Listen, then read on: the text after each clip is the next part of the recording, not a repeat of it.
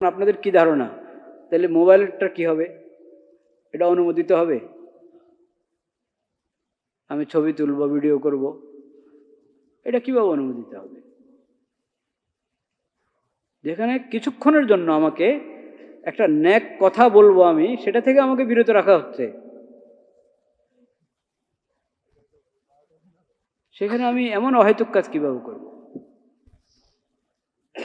এটা হাদিসের স্পষ্ট শব্দ, রাম ইয়ালগু লাগু, মানে অহেতুক কোনো কাজ, কোনো কথা পিছিয়ে পড়বে না, ওটা থেকে বিরত থাকবে। কঠিন সতর্কবাণী আছে, মান মাসাল হাসা ফাকাদ লাগা ওমান লাগা ফালা জুমাত লাহু। খুতবা চলছে, আমি অনর্থক অহেতুক কোনো কাজ করছি, তাহলে জুমার বরকত, জুমার সওয়াব, জুমার প্রাণ চলে গেল, ওটা আর পেলাম না আমি।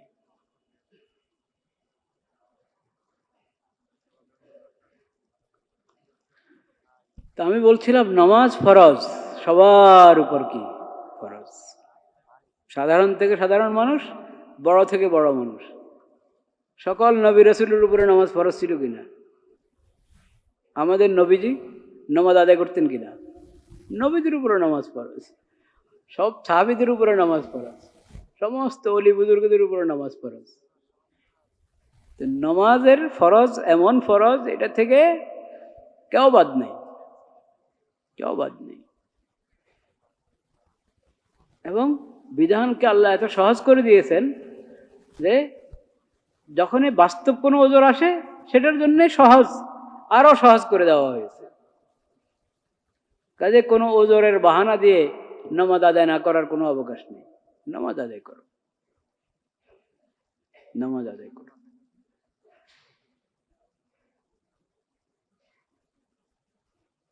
যত ব্যস্ততাই হোক, নামাজ আদায় করো। অনেক বাস আছে দেখবেন নামাজের সময় থামায়, আছে না? অনেক বাস আছে, অনেক কোম্পানি আছে, তাদের বাসগুলো নামাজের সময় যাত্রা বিরতি দেয়, থামায়। এক সময় এরকম ছিল যে এরকম বাসের সংখ্যা কম ছিল, কেউ অনুরোধ করলো, থামাতো না। আর যদি নাও থামায়, তাও আপনি নামাজ আদায় করেন, বাসে বসে নামাজ আদায় করেন। দুই সারির সিটের মাঝখানে যে জায়গা আছে, আপনি একটা ধরে, কোনো একটা পাইপ থাকে না বাসে, বা থাকে, ধরার কিছু থাকে, ধরে আপনি দাঁড়ায়ও নামাজ পড়তে পারেন। যদি আশঙ্কা হয় যে আমি পড়ে যেতে পারি, ব্যালেন্স ঠিক রাখতে পারবো না, তো আপনি সিটে বসে পড়েন। সিটে বসে যদি ক্যাবলামুখী হতে পারেন আলহামদুলিল্লাহ, ক্যাবলামুখী হতে পারেন না, তো যেদিকে আছেন ওইদিকে নামাজ আদায় করেন, ওইদিকে নামাজ আদায় করেন। এই জন্য সফরের আগে চিন্তা করতে হয় যে আমি নামাজটা কোথায় আদায় করব, নামাজটা কোথায় আদায় করব। এমন বাস আপনি নির্বাচন করেন, নামাজের জন্য থামায়। আর না থামালেও একটা দূরপাল্লার গাড়ি হলে একটা যাত্রা বিরতি কোথাও থাকে, সেখানে আমি এই নামাজ আদায় করে নেব মিল মতে। ওটা আগে থেকে চিন্তা করতে হয়, যাতে সফরের কারণে নামাজ কাদা না হয়। সফরের কারণে যাতে কি নামাজ কাদা না হয়, ওটা খেয়াল রাখতে হয়। এমনকি আমি শহরেই বের হলাম, কাছে দাঁড়িয়ে কোথাও বের হলাম, তো আমি ওখানে গিয়ে জামাতের সাথে নামাজ পড়তে পারবো তো, এটা চিন্তা করতে হয়। বা ফিরে এসে আবার আমি জামাতের সাথে এই নামাজ আদায় করতে পারবো তো, এগুলো ভাবতে হয় আগের থেকে, পরিকল্পনা করতে হয়। যদি এমন হালাত যে আমি এখানেও নামাজ এখন জামাতের সময় হয় না, আমার তাড়াতাড়ি বের হওয়া দরকার, এখানে জামাত তো পেলাম না, সামনে গিয়েও জামাত পাবো না, তাহলে ওটাও চিন্তা করে রাখা দরকার যে তাহলে কিভাবে আমি জামাতটা করতে পারবো। মসজিদের জামাত পেলাম না, কমাস কম ভিন্ন জামাতের কোনো সুরত হতে পারে কিনা। এটা তো জামাতের কথা বললাম, জামাতের সাথে নামাজ, কিন্তু নামাজ যাতে কাদা না হয়, এটা তো এই ভাবনা, এই ফিকির থাকতে হবে সব মুমিনের। ওমর ইবনুল খাত্তাব রাদিয়াল্লাহু তাআলা আনহু, চিনে না সবাই নাকি? নবীজির দ্বিতীয় প্রতিনিধি, দ্বিতীয় খলিফা ওমর রাদিয়াল্লাহু তাআলা। আবু বকর সিদ্দিক রাদিয়াল্লাহু তাআলা প্রথম, তারপরে ওমর রাদিয়াল্লাহু তাআলা, তারপরে ওসমান রাদিয়াল্লাহু তাআলা, তারপরে আলী রাদিয়াল্লাহু তাআলা, ওনাদের ইন্তেকালও এইভাবে হয়েছে। প্রথমে হযরত আবু বকর রাদিয়াল্লাহু আনহু ইন্তেকাল হয়েছে, তারপর হযরত উমরের, তারপর হযরত উসমান, তারপর হযরত আলী রিজওয়ানুল্লাহি আলাইহিম আজমাইন। এনারা হলেন খোলাফায়ে রাশিদিন। খোলাফায়ে রাশিদিন, হকের উপর এবং হেদায়েতের উপরে প্রতিষ্ঠিত খলিফা, নবীজির প্রতিনিধি।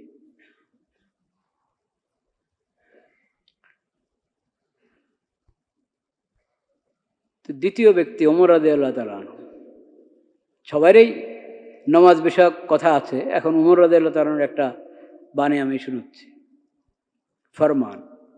ওমর রাদিয়াল্লাহু তাআলা আনহু নিজের অধীনে যত মুসলিম ভূখণ্ড ছিল ওনার অধীনে, বিশাল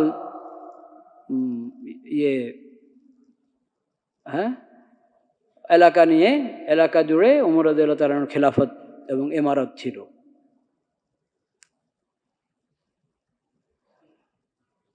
তো সব গভর্নরদেরকে চিঠি লিখেছেন ওমর রাদিয়াল্লাহু তাআলা আনহু। কত চিঠি লিখেছেন, একটা চিঠির একাধিক চিঠি শুধু নামাজ বিষয়ক। এমনকি কোন নামাজের সময় কখন শুরু হয় কখন শেষ হয় তাও আলোচনা করে দিয়েছেন চিঠির মধ্যে। ওরা তো এমনি ফরজ ইলমের চর্চা করেন, জানে, তাও উনি একবারই সরকারি চিঠি, সরকারি চিঠির মধ্যে কোন নামাজের সময় কখন বিবরণ লিখে দিয়েছেন। আর গুরুত্বপূর্ণ যে কথার উপরে বারবার সতর্ক করেছেন সবাইকে, ইন্না আহাম্মা উমরিকুম ইলাইয়া আসসালাত, ইন্না আহাম্মা উমরিকুম ইলাইয়া আসসালাত। তোমাদের প্রত্যেকের জিম্মায় তো অনেক কাজ, দিন দুনিয়ার অনেক কাজ, সবচেয়ে গুরুত্বপূর্ণ জিম্মাদারি তোমাদের সালাত। কাদেরকে বলছেন? গভর্নরদেরকে। সবচেয়ে গুরুত্বপূর্ণ কাজ হলো সালাত। নিজে সালাত কায়েম করবে, তোমার অধীনে যারা আছে তারাও যাতে সালাত কায়েম করে। সালাত কায়েম করা মানে হলো যথাযথভাবে সালাত আদায় করা, নিয়ম মোতাবেক, যেভাবে শরীয়তের মাসালা নবীজি শিখিয়েছেন, শরীয়ত সুন্নত মোতাবেক ফরজ নামাজ আদায় করাকে বলে নামাজ কায়েম করা, সালাত কায়েম করা। যে কোনো নামাজ, খালি ফরজ না, ফরজটা তো ফরজ, অন্য নামাজও তরিকা আমাদের সুন্দরভাবে আদায় করব। যদি তোমরা সালাত ঠিকমতো কায়েম করো তাহলে আশা করতে পারে তোমাদের অন্যান্য জিম্মাদারিও, অন্যান্য কাজগুলো তোমরা যথাযথ আদায় করবে ইনশাআল্লাহ। ওমান যাইয়া আহা, আর যদি সালাতের ব্যাপারে তুমি অবহেলা করছো তাহলে অন্যান্য কাজ তুমি যথাযথ আদায় করবে এই আশা করা যায় না। ফামান যাইয়া আহা ওমান যাইয়া আহা ফাহুয়া লিমা সিওয়াহা আজিয়া। আল্লাহ সবচেয়ে বড় ফরজ এই ব্যাপারে যখন তুমি অবহেলা করছো, তাহলে অন্যান্য জিম্মাদারি, তোমার জিম্মায় অন্যান্য যে কাজ আছে ওগুলোর ব্যাপারে তো তুমি আরো অবহেলা করবা, এটাই তো স্বাভাবিক। সালাত, তাহলে দেশ পরিচালনা যারা করেন তাদের সবচেয়ে বড় জিম্মাদারি কি? নিজেরা সালাত আদায় করা এবং তার অধীনে সব জায়গায় সালাত আদায় হচ্ছে কিনা সেটার খোঁজ খবর রাখা, সবচেয়ে বড় জিম্মাদারি এটা। ইন্না আহাম্মা উমরিকুম ইলাইয়া ইনদি আসসালাহ। সালাতের প্রতি গুরুত্ব দাও। সালাত শিখতে হবে। সালাত সুন্দর মতো হওয়ার জন্য কোরআন শিখতে হবে। তাহলে কোনো মুসলিম দেশের শাসক নামাজের ব্যাপারে ফিকিরমান না হওয়ার কোনো কি নেই, সুযোগ নেই। নিজেকে নামাজ শিখতে হবে, কোরআন শিখতে হবে, নিজে নামাজ কায়েম করবে, নামাজ আদায় করবে, জামাতের সাথে আদায় করবে। বরং মুসলিম প্রশাসনের, মুসলিম সরকারের সদস্যরা তো এমন হবে যে নামাজে ইমামতি করতে পারে, যেন নামাজে যেন কি করতে পারে, ইমামতি করতে পারে, এমন যোগ্যতা হাসিল করতে হবে, তেলাওয়াত শিখতে হবে। মুসলিম সরকারের কোনো ব্যক্তি কোনো আলোচনা করবে তো আলোচনা যাতে খুতবা দিয়ে শুরু করতে পারে এবং সেটা যেন শুদ্ধ হয়, কোরআন তেলাওয়াত করতে পারে, তার আলোচনার মধ্যে সে কোরআনের আয়াতের রেফারেন্স দিতে পারে। রেফারেন্স দিতে গেলে খালি অনুবাদ বলবে না, কোরআন তেলাওয়াত করে শোনাতে পারবে এবং সে তেলাওয়াত সহি শুদ্ধ হবে। এমন হওয়া উচিত। এমন হওয়া, এটা তো অসম্ভব না, খুবই সম্ভব, খুবই সম্ভব। এর দোকানের তেলাওয়াত শুনেছেন? হ্যাঁ, ওই তেলাওয়াত শুনে কি বোঝা যায় যে ইনি কে তেলাওয়াত করছে? লোক কিচ্ছু হচ্ছে না, তাজবির ঠিক হচ্ছে না, হ্যাঁ, মদ ঠিক মতো হচ্ছে না, কে বলতে পারবেন? মনে হয় যেন কোনো কারি সাহেব তেলাওয়াত করতেছে। তো উনিও তো একজন শাসক। সব শাসকদের এরকম কোরআন সহি শুদ্ধ তেলাওয়াত জানে, করতে পারে, অনেক অংশ হেফজ আছে, পুরা হেফজ না, অনেক সূরা, অনেকগুলো আয়াত তার হেফজ হয়েছে, মুখস্থ হয়েছে। এমন হওয়া উচিত। নামাজের মাসলা মাসাইল এই পরিমাণ জানবে যেন আমাদের ইমামতি করতে পারে।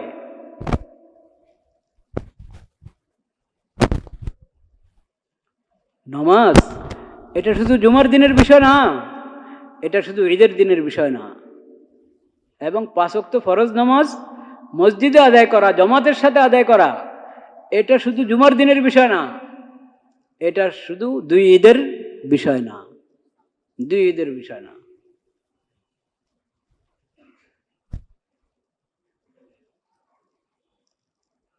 নামাজের সাথে তো মহব্বত থাকতে হবে। আমি তো আজকে আসলে নামাজের পদ্ধতি নিয়ে কথা বলতে চাচ্ছিলাম।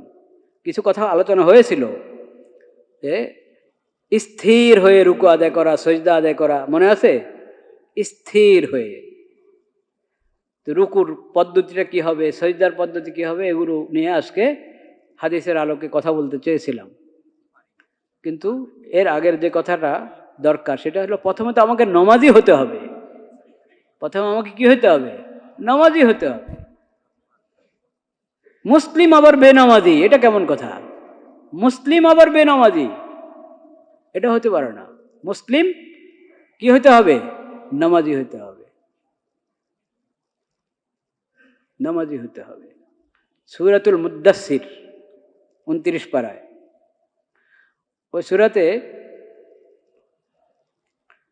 আল্লাহ রাব্বুল আলামিন জাহান্নামী, যারা জাহান্নামে যাবে ওদের তাদের একটা চিত্র উল্লেখ করেছেন আল্লাহ এই সূরাতে। মা সালাকাকুম ফি সাকার, সূরা মুদ্দাসসির না? মা সালাকাকুম ফি সাকার ক্বালু লাম নাকু মিনাল মুসাল্লিন। ফেরেশতারা জিজ্ঞেস করবে বা অন্য কেউ জিজ্ঞেস করবে, আরে তোমরা দুজকে কেন? তোমরা দুজকে কেন? তো প্রথম কথা বলবে লাম নাকু মিনাল মুসাল্লিন, লাম নাকু মিনাল মুসাল্লিন। আফসোস, দুঃখের বিষয়, আমরা মুসল্লি ছিলাম না। দুনিয়াতে আমরা কি ছিলাম না? মুসল্লি ছিলাম না, এই জন্য দুজকে আসতে হলো। প্রথম কথা। ওয়ালাম নাকু নুতইমুল মিসকিন, মিসকিনদেরকে খাওয়াইতাম না। অসহায় গরিব মিসকিন দেখতাম কত কষ্টে আছে, আমার সামর্থ্য ছিল, শক্তি ছিল, কিন্তু তাদেরকে কিছু দিতাম না, তাদের খাওয়ার ব্যবস্থা করতাম না, এরকম উদাসীন ছিলাম। দ্বিতীয় কথা এটা। প্রথম কথা, আমরা মুসল্লি ছিলাম না। দ্বিতীয় কথা, গরিব মিসকিনের খোঁজখবর রাখতাম না, এতিমকে খাওয়াইতাম না। ওয়ালাম নাকু নুতইমুল মিসকিন ওয়া কুন্না নাখুযু মাআল খায়িদিন। আল্লাহর বিরুদ্ধে, রাসূলের বিরুদ্ধে, কোরআনের বিরুদ্ধে, হাদিসের বিরুদ্ধে, ইসলামের বিরুদ্ধে, ইসলামী শরীয়তের বিরুদ্ধে যারা যেখানে গল্প আড্ডা লাগাতো, আমরা তাদের সাথে তাল মারতাম। ওয়া কুন্না নাখুযু মাআল খায়িদিন, এই কারণে দুজকে আসছি। তৃতীয় কথা এটা। ওয়া কুন্না নুকাজ্জিবু বিয়াউমিদ্দিন, এক কথায় ভাই আখিরাতের উপরে আমাদের ঈমান ছিল না।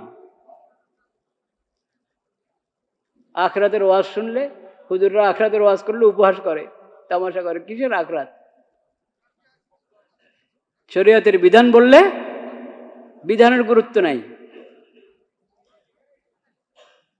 পশ্চিমা বাবুরা কি পড়াইছে না অন্য বাবুরা কি পড়াইয়া দিছে, ওগুলার মধ্যে খুব আনন্দ বোধ করে, ওটাতে আনন্দ বোধ করে। আখিরাতের প্রতি ঈমান, আল্লাহর কোরআনের প্রতি ঈমান, রসুলের হাদিসের প্রতি ঈমান, রসুলের প্রতি ঈমান, আখিরি নবীর প্রতি ঈমান, রসুলের সুন্নাহর প্রতি ঈমান, খবর নেই। এগুলো তো দোজখে যাওয়ার কারণ।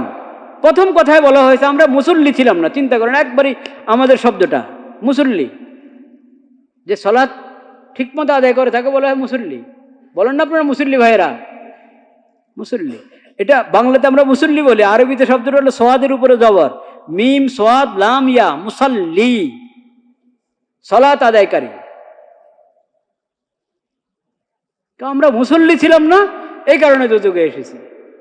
তাহলে দোজখ থেকে বাঁচতে হলে, জান্নাতে যাইতে হলে 1 নম্বর কাজ কি? নামাজ। কি হইতে হবে? মুসল্লি হইতে হবে। কি হইতে হবে? মুসল্লি হইতে হবে। মুসল্লিরা হলো সমাজের 1 নম্বর লোক। মুসল্লিরা সমাজের 1 নম্বর লোক, যারা জান্নাতে যাইতে পারবে, জাহান্নাম থেকে বাঁচতে পারবে। তাহলে আমাদেরকে কি হইতে হবে? মুসল্লি হইতে হবে। কেমন মুসল্লি? দ্বিতীয় কথা খেয়াল করেন, দ্বিতীয় কথা, মুসল্লিতে হইতে হবে কেমন মুসল্লি? নিয়মিত মুসল্লি না অনিয়মিত? নিয়মিত মুসল্লি হইতে হবে। উদাসীন মুসল্লি হলে হবে না। আজকে পড়ে তো কালকে পড়ে না, 1 ওয়াক্ত পড়ে তো 3 ওয়াক্ত পড়ে না, 4 ওয়াক্ত পড়ে তো এশার নামাজ পড়ে না, এশা সহ পড়ে কিন্তু ফজর পড়ে না। এটা চলবে না। 5 ওয়াক্ত নামাজ তুতুটুক আর কি এত কঠিন কিছু না। নিয়মিত মুসল্লি হও, উদাসীন মুসল্লি হও না। আর আইতাল্লাযী ইউকাযযিবু বিদ্দীন ফাযালিকাল্লাযী ইয়াদউল ইয়াতীম ওয়ালা ইয়াহুদ্দু আলা তুআমিল মিসকিন ফাওয়াইলুল লিল মুসাল্লিন আল্লাযীনা হুম ফি সালাতিহিম সাহুন। ওহ, ওই যে সূরা মুদ্দাসিরের আয়াতগুলোর সাথে এই সূরাকে মিলান, সুবহানাল্লাহ। আর আয়াত সূরা তো সবাই মুখস্থ জানে, মাশাআল্লাহ। আর আয়াত এই সূরা তো প্রায় অনেক মুসল্লি মুখস্থ পারে, প্রায় সব মুসল্লি মুখস্থ পারে। এই সূরাতে আল্লাহ বলেছেন ফাওয়াইলুল লিল মুসাল্লিন। ওরা বলেছিল যে আমরা মুসল্লি ছিলাম না, এই জন্য জাহান্নামে এসেছি। আল্লাহ এখানে বলছেন খালি মুসল্লি হলে হবে না, যদি তুমি এমন মুসল্লি হও যে নামাজের ব্যাপারে উদাসীন, নামাজের ব্যাপারে উদাসীন, অবহেলাকারী, এমন মুসল্লি যদি হও, তাও তোমার ঠিকানা দোজখ, তাও তুমি ধ্বংসের পথে। উদাসীন মুসল্লি হও না, মুসল্লি হও, নিয়মিত মুসল্লি হও, যথাযথ মুসল্লি হও। নামাজের ব্যাপারে অবহেলাকারী হবে না। মনে থাকে না নামাজ, মনে থাকে না মানে মনে, এটা নামাজের কথা কেউ বলি নাকি? এটা জিন্দিগিতে কারো হঠাৎ ঘটনা হইতে পারে, এরকম মনে হয় যেন নামাজ পড়ে ফেলেছে, পরে খেয়াল আরে নামাজ পড়ি নাই। 1-2 ঘটনা কোনো সময় জিন্দিগিতে হয়। এটা আসল কথা হলো গুরুত্ব নয় নামাজের। গুরুত্ব, আল্লাহ বলছেন গুরুত্ব দাও, নামাজকে গুরুত্ব দাও। উদাসীন যদি হও, যে 1 ওয়াক্ত পড়ো, 1 ওয়াক্ত পড়ো না, একদিন পড়ো, আরেকদিন পড়ো না, আর পড়লো বাস নিয়ত করলো আর খালি ঠুক ঠাস ঠুস,